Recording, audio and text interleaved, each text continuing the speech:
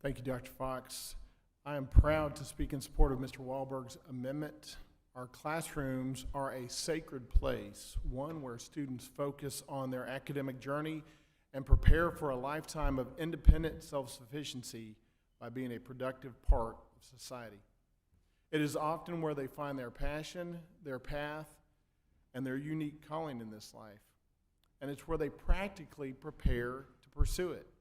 The classroom is not a place for advancing a political agenda.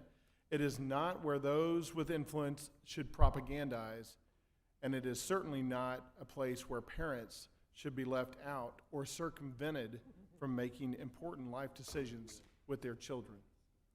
But less than half an hour away from this location in Fairfax, instead of focusing on education, so-called educators are advising their students on things like how they can change their names or their pronouns without parental consent.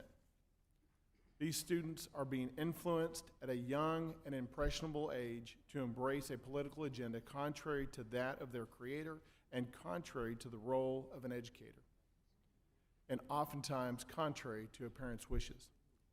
This is simply wrong. It is not the role of our educators to supplant parents and to act in loco parentis. Since entering Congress 2 months ago, I have repeatedly spoken out in favor of restoring parents' rights to have the leading voice in their child's education. As the Supreme Court unanimously held nearly 100 years ago, parents have that fundamental right to guide their child's intellectual and religious training and upbringing. It is a most substantial part of being a parent. They are not going to cede that over to teachers. Under Mr. Wahlberg's legislation, these rights would be safeguarded, ensuring that our kids, that our schools are sticking to the designated curriculum, and that children are learning in an environment that is best for them.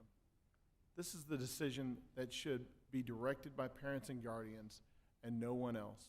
I'm proud to stand alongside my colleagues to advocate on behalf of all parents and ensure that they remain at the center of their child's education, their upbringing, their training, and these very important decisions that Mr. Wahlberg's amendment addresses. Bottom line, let's keep the classrooms focused on education, keep politics out of it, and leave the rest to parents. I yield.